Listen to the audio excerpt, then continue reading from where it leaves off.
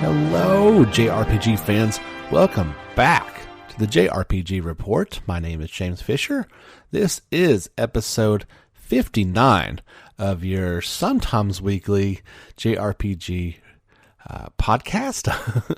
Most time we try to do this every week. Kind of just depends on what's going on in my life and what is going on around the world. But we do have a good amount of things to talk about this week. It's probably going to be a little on the short side, so don't get too settled in. We will kind of run through these things and get you going on with your day. But thank you so much for making us a part of your day. I really do appreciate that. First and foremost, let's talk about something that broke I think a day after our last podcast, and that is we finally have a date for Trails of Cold Steel 2 for PS4. Now, you're probably saying to yourself, but I thought there already was a release date, and man, it's not too long before the game is actually coming out for a game that came out many years ago to be announcing a release date. I agree with all these sentiments, but here is the firm date. It is coming out on June the 4th in North America, June 7th in Europe, and that is directly from Exceed Games and Marvelous Europe, who will be handling duties over there. Originally, I had even reported this as well, that it had a release date of May the 28th. Amazon is still saying that it's coming out May the 28th. So I will let you know if there's a package delivered to my house on this date and it has a game in it, or if we've got to wait an extra week or not. There's been various websites reporting all kinds of different release dates, but this is when it's actually coming out. So if you are playing through Trails of Cold Steel 1 right now, you've got a little bit more time than you thought you had. And personally, I am thankful of this because I am going to be on vacation that week that it was originally set to come out. So this will be an awesome thing to come home from vacation. Now, I know that doesn't affect everyone, and like I said, that's just a bit selfishly on my part. So there is still the digital edition that will come out for $39.99. And we are again getting a special edition. They're calling this the Relentless Edition. And much like the first one, but a little different in this, that you get a copy of the game. You get the Ouroboros emblem pin this time. The musical section CDs. It's got 23 tracks in total. You get a pack of 7 Septerion cards. And you get the steelbook case featuring only artwork with a separate outer packaging design. So, if I'll give a few thoughts on Trails of Cold Steel as we get through all the news and notes. I am getting near the end of it, but not quite there yet. So again, firm date on Trails of Cold Steel 2 coming out June 4th in North America, June 7th in Europe. A quick note, a game we've talked about briefly on the podcast, but really haven't gone into too much depth on it, and that is Arc of Alchemists. There hasn't been a ton of information out there from Idea Factory International, but we're probably going to get even less of it, as this one has been delayed. They were previously wanting to bring this out this summer in North America and Europe.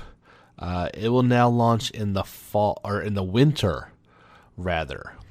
So anywhere from late this year into even early next year for Arc of Alchemist.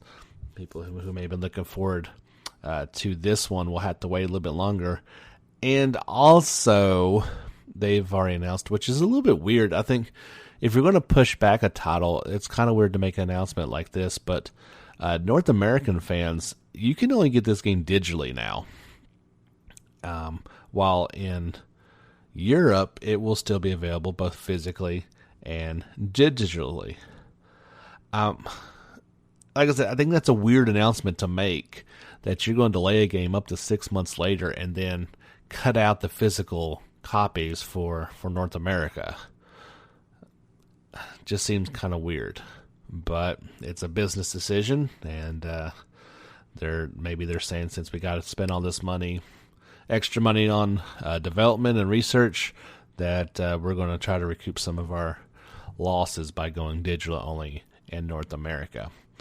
So again, yeah, Ark of Alchemist, gonna be waiting a little bit longer on that one. Just a quick brief. We talked last week about a game called Blue Wing Cavalier, and we aren't really sure much more about that, if it's going to be coming to the West or not. But we did get some additional information about that. That is apparently a remake of a game called Students of Round. This was revealed in the latest issue of Weekly Famitsu. Students of Round is a dungeon RPG that first came out back in the PC, back in 2010 for the PC in Japan. It was later reported to the Xbox 360 in 2011. PSP got it in 2012. Again, I don't know if that was Japan only or not. I probably would lean towards that. When this game does come out, it will also have the 2016 dungeon RPG Stranger of Sword City Revisited included. And I'm pretty sure I remember that one actually getting released over here on Vita, if I am not mistaken. So if this game does make it to the West, or if you're wanting to import this one, you can do that. It'll be out July 25th, and it sounds like you're getting a lot of game. Bang for your buck, so to speak. Another delay for another title some of you may have been looking forward to, that is Labyrinth of Galeria, Covenant of Dusk. That one is getting pushed back to, it was previously supposed to come out on July 25th in Japan, and it's getting pushed all the way back to spring of 2020. So yeah, that's quite a delay. Nippon Ichi announced that over the past couple of days. That's one that's coming for PS4 and Vita, and they need some more time to work on this one. So that was just a Japan listing. So if it comes west, you're now looking something maybe like the summer or the fall. So be waiting for Labyrinth of Galeria for quite a bit longer. Speaking of games we've waited a long time for, Code Vein, they are finally starting, I think, to probably get this one going, and they have announced that they will be hosting a closed network test later in May for PS4 and Xbox One. If you guys go on to Gametsu, there is a story about that with a link that you can actually follow to try to get signed up for that. If that's something that you are interested in, the closed network test will allow players to create their own character, play through the opening segment of the game, and play through an online co-op dungeon. Still no firm release date on this. Additional details regarding the times and dates of the closed network will be announced at a later date. But those of you who enjoy doing beta tests, maybe can get signed up for this one and get to see an early build of this game. Still no, like I said, no firm release date, just PS4, Xbox One, and PC sometime in 2019. A game I'm looking forward to. I didn't play the first two, but I'm looking forward to this one more than I thought it would be. That's Marvel Ultimate Alliance 3, The Black Order. That is the team up between Team Ninja and Nintendo. It's coming out here sooner than I thought it was. July 19th. Like I said, I didn't get to play the first ones, but this one looks pretty cool, and obviously could not come out at a better time with in-game still dominating the the movie theaters. I think I heard it's already the 5th biggest movie of all time already, and sure looks like it's headed towards number 1. But Game Informer is doing a big spread on it. It is going to be their cover story for the June issue. So if you are a Game Informer subscriber, you'll probably be getting that pretty soon. I think they said, anytime you do a cover story for Game Informer, it's a 10-page spread. So that's more information than I can cover in an entire podcast. and you'll want to check that out. And if you're looking forward to it coming out on the Switch, you'll get that pretty soon. Of course, you can get that down at GameStop too if you're still curious to read more and see more about that title. The Tales of series hit a interesting milestone. I'm not sure when, but obviously since the release of Tales of Vesperia, they have now topped 20 million units sold worldwide for the entire series. It first launched, of course, back in December of 1995 with Tales of Fantasia back on the Super Famicom, and most recently with Tales of Vesperia back in January. Quite a milestone.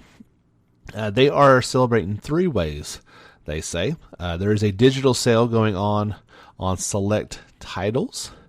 You can see that live on stream right now. I don't know if and when those are coming to the PSN store or the Microsoft store or not. There wasn't any information about that, and I haven't got a chance to pop on the computer. But as of right now, it is live on Steam. You can check that out. Of course, Tales of Berseria was, I want to say, down to either $10 or $20 back on the Golden Week sale, and now that's a steal. That was such a great game. They're also doing a wallpaper and icons, a free Tales of Vesperia Definitive Edition wallpaper and set of Tales of series social network service icons are available for download. And I believe in Japan they're doing a Twitter campaign with the hashtag, blah, blah, blah, something in Japanese that I don't know what it says. But you can check that out. That's also a story on Gametsu, so you can check out the links for that if you are so inclined. But very cool milestone for a game series that is near and dear to my heart. And as soon as I hear anything more about the game currently in development in the Tales of series, I will let you guys know, of course. I would guess we're going to get some sort of announcement, teaser, trailer that'll go on at the Tales of Festival. And in a little over a month, June 15th and 16th, they usually like to roll out something special for the fans there. We got 2 pieces of information on Persona 5 Royal. That seems like that's been streaming in here lately. I anticipate that'll go dark here pretty soon, but with the announcement, there's some more details that have come out, and then in particular from Weekly Famitsu, they got a good scoop on that. So there's a new director for the game. That will be Daiki Aito. He was the lead confident planner on Persona 5, as well as the project director of Persona 4 Golden.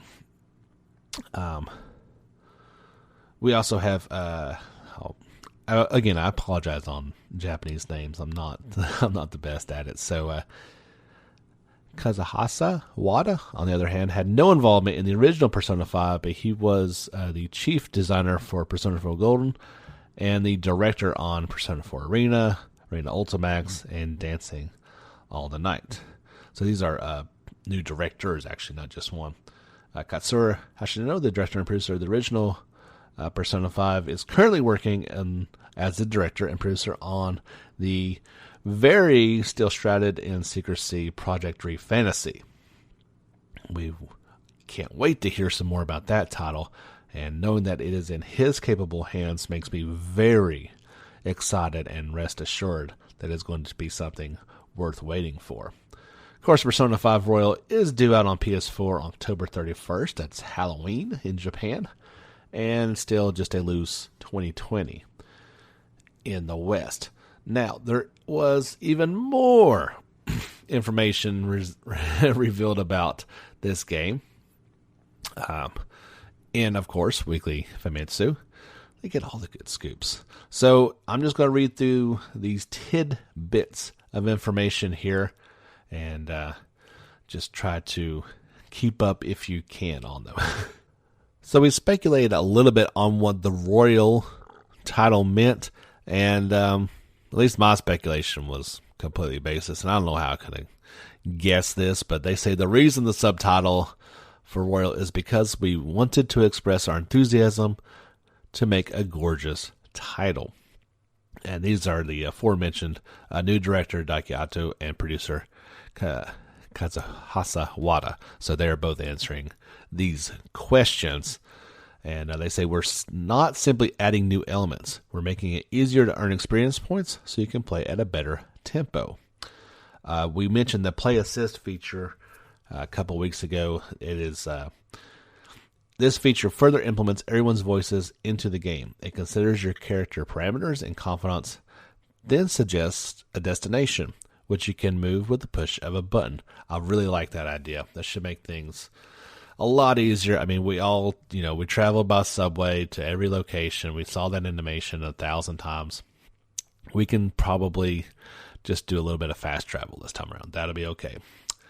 Now, this is particularly interesting. Listen to this. We're making the volume of the newly implemented third semester to go beyond the expectations of those who have experienced the volume of Persona 4 Golden. So, if you're one of the lucky few, like myself, who played P4 on PS2 and then played Golden on the Vita, you kind of understand what they're saying here, and that's exciting because Golden was the definitive version of the game, but it didn't change the game. So that's kind of what they're doing here. This is not simply DLC. This is the game perhaps as it should have been the first time. But, in particular with Persona 4's case, there was nothing wrong with Persona 4 the first time that it came out. We're not talking an FF15 where the game was broken and unfinished when it was first released and they have since fixed it. This is only adding to the experience. So it definitely makes me all the more enthusiastic to plop down another $50 or $60 for this game again when it comes out. New character Kasumi increases the perspective and flavor of the story, and as someone who will expose existing characters in a new light. Naturally, she is being tweaked to blend into the story. As you play through the game, you will see a different side of her from the teaser trailer. Kasumi also has a confidant that you can level up, and they say this confidant is an extremely nice adult character. When asked if they had to say yes or no to there being new confidants other than Kasumi and Maruyuki, that's they said they'd have to say yes. So look forward to more information in the future. So perhaps looking to include more characters. At the very least, I'd say there's going to be more confidence. That seems like a lot easier to implement than a new character. If you have saved data for Persona 5, you will get some sort of bonus. They're not going into details yet. You will not be able to use the same save data for Persona 5 Royal, however. So you can load up and get I don't know if you'll get a load up. It sounds like you're going to have to start all over. This is not like Trails of Cold Steel where you could implement your save file and start from there. It sounds like this is a new game. You'll get some sort of bonus, but you're going to need a brand new save file for Persona 5 Royal. There are 20 new background music tracks, and there was one picture that I did see and didn't comment on it, and they're talking about this now. They said there's a scene where a mysterious new handsome guy character sleeps in the same bed as the protagonist. And when I first saw that image, the Joker and this guy, they look fairly similar. There's not a huge amount of difference. They both have dark hair, slim builds, and the guy was laying down on his bed, and Joker, I believe, was standing up, if I remember the image correctly. So I'm not sure if this is perhaps one of the new players that they were talking about implementing into the game, and they just haven't announced it yet. Is this maybe a romantic type of option? We've seen games where you can choose to be either homosexual or heterosexual.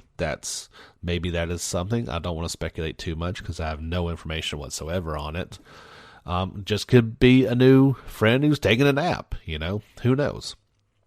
I'm sure we will find out much more about this title, but it's really cool that these tidbits of information are definitely making me salivate a little bit more and more for this game. I did recently try to get back into P5, and when I was trying to decide what to play in a gaming lull, and I couldn't quite bring myself to do it. I just wasn't feeling it at the time. So I think now that I know this, I'll just wait.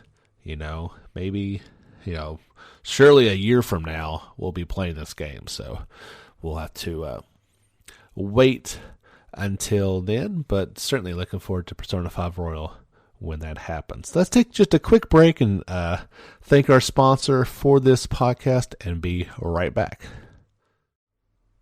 So not to be outdone by Weekly Famitsu, the official PlayStation Magazine UK in their June 2019 issue is doing a 10-page feature on Granblue Fantasy. And the feature talked about both Relink and Versus, but we'll focus on Relink. That seems like it's more up our avenue. So they're saying that, and I'm not sure who they were interviewing, but this is just a kind of a bullet note article that said, while Platinum Games left the project earlier in the year, the bulk of what it built remains, including level layout, character animation, and fighting systems. So everybody can breathe a sigh of relief. So Platinum Games' battle fighting system is fully implemented in there. I did not anticipate that they were just going to be like, nah, let's just scrap everything that Platinum worked on. It certainly looked like this was the foundation that the game was built on, and Cygames, which is going to further run with it. Each character has its own fighting style and is tied to a certain weapon or weapon type. Well, that makes sense. The game progresses in a mostly linear fashion, but there will be additional activities. You can pick up side quests from the towns you visit along the way and come and go between them as you please. This is according to director Tetsuya Fukuhara. So this is not in an open world game. You're not going to be able to explore all over the place. I'm sure there will be areas to explore. You're probably talking something more like Trails of Cold Steel, where there is the one area that you can kind of go, but you still got to pretty much run from place to place up in the Nord Highlands. You can explore, but you've got to go to the places that you got to go to. There's really no point other than find the treasure chests all throughout the land. Towns also act as lobbies where you can team up with other players online and take on missions. You can play solo with the rest of your 4-person party being AI controlled. Love this idea. This sounds really cool. A place that you can team up with your buddies or other players to take on challenges. It's not required, but it's optional. That's what I like. I don't want to be forced into some sort of MMO. I don't want to be... I just want to play how I want to play, and this sounds exactly like most of you guys probably didn't care for this game, but I kind of liked White Knight Chronicles back on PS3, and it kind of had this option as well that you could team up with people or you could not. And I'm sure there's been lots of games that have done that since then, but not perfect by any stretch, but it's lots of fun. He said, regarding characters, quote, we know there are many fan favorites, so we'll try to fit as many of them as we reasonably can. It's not possible to match the roster size of the original game. Of course, the development team has its hands full deciding who makes the final cut. They're referencing Granblue Fantasy, which is a mobile game in Japan or Korea. I think it's Korea. They don't say right here, but almost that's what it was. And these two games are being based off of that. If you've played any mobile games, you'll know that the roster of characters is immense. I'm playing a couple of them right now, and it's like, there could be 100 characters on there. So you're not going to see 100 people in this game. We've seen a few of them already. They've been announced. But I would anticipate the final roster size under 20, if I had to guess, maybe closer to 10. And, like I said, they've probably got some really tough decisions to make on which fan favorites to include. For gamers, outside that area who have never played it before, I don't think it really matters as much. We just want cool characters that with awesome fighting styles and good stories, and that they're compelling and engrossing. But again, this is a game that I'm really looking forward to, and hopefully when this article goes live, I'll be able to really dive into it a little bit more, get my hands on it. But until then, we don't know a ton about it, but we're learning a little bit more all the time, and that is very exciting indeed. And that's all the news I have for this week. It's got some cool things to talk about. Like I said, I'm still playing through Trails of Cold Steel 1, just taking my time, streaming about an hour or two every night on a good night. Some nights I can't. That's just the way it is. You can, of course, head over to the JRPG Report YouTube page and give us a like and thumbs up and subscribe and all that fun stuff. And you can check out our nightly or almost nightly live streams, and we've got some videos over there as well. I think I hit the 60-hour mark last night, and I'm still in Roar, which is Chapter 6. And the kids are getting ready for their festival next month. I should be getting back to do that right now, but still just really loving the game. It is the only part I don't like is, like, in particular right now in Roar, when you go on the field studies, they split the class 7 in half. Sometimes you get a pretty good draw, like in Legrom. I had like pretty much my all-star team. I was rocking and rolling with it. In this month in Roar, I've got what I call like my B squad of half party with me. I've stated boosted them as much as I possibly can, and they're just okay at best. Like, having to choose between Elisa and Crow and Machias for me as the last members of my team is kind of like, I don't like any of these options. Elliot had to go in there because of his spell. You got to have your spellcaster, so it's either going to be Elliot or Emma. Of course, they're doing all the healing and buffs and stuff like that too. But I like to roll with a tank and 2 other fighters, and then a healer slash spellcaster.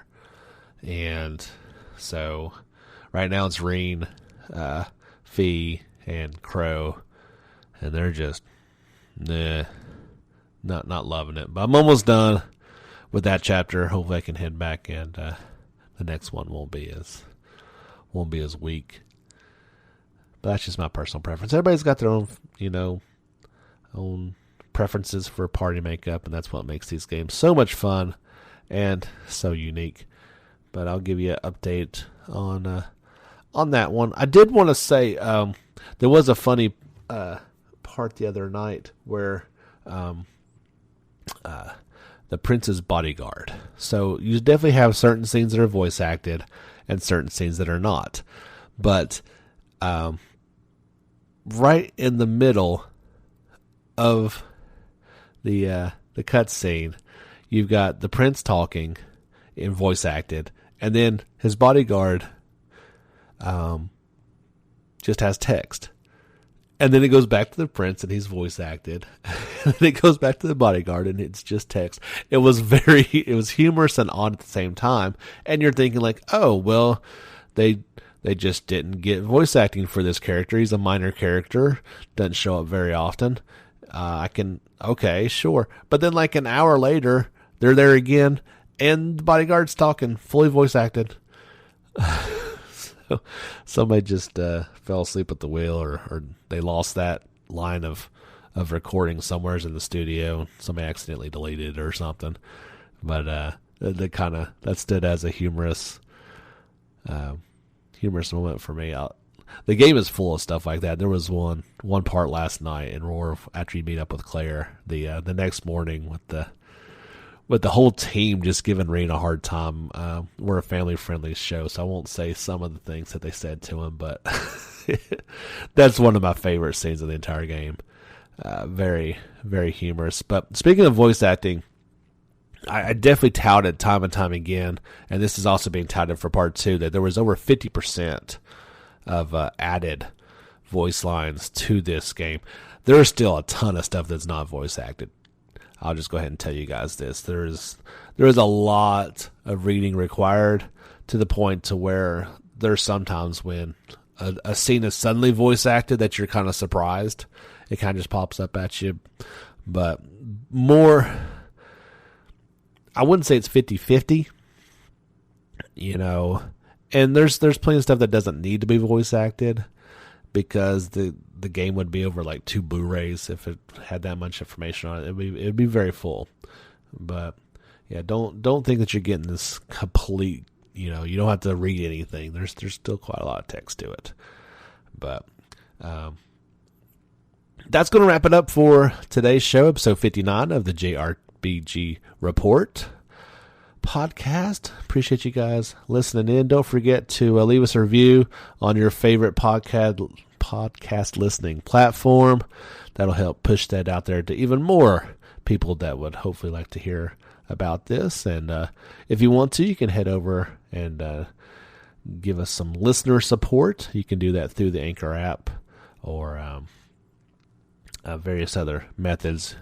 If you'll follow all those links, you can figure that out. I would greatly appreciate that as well. Don't forget, if you've got the Anchor app, you can leave us a voicemail on your phone. I'll get it, and I'll include it in a future episode of the podcast. We haven't had any of those yet. I would love to have it. So either that, or you can head over to Facebook and leave us a comment. We'll talk about that as well. Until next time, guys, this has been James Fisher for the JRPG Report. And until next time, get back out there and level up.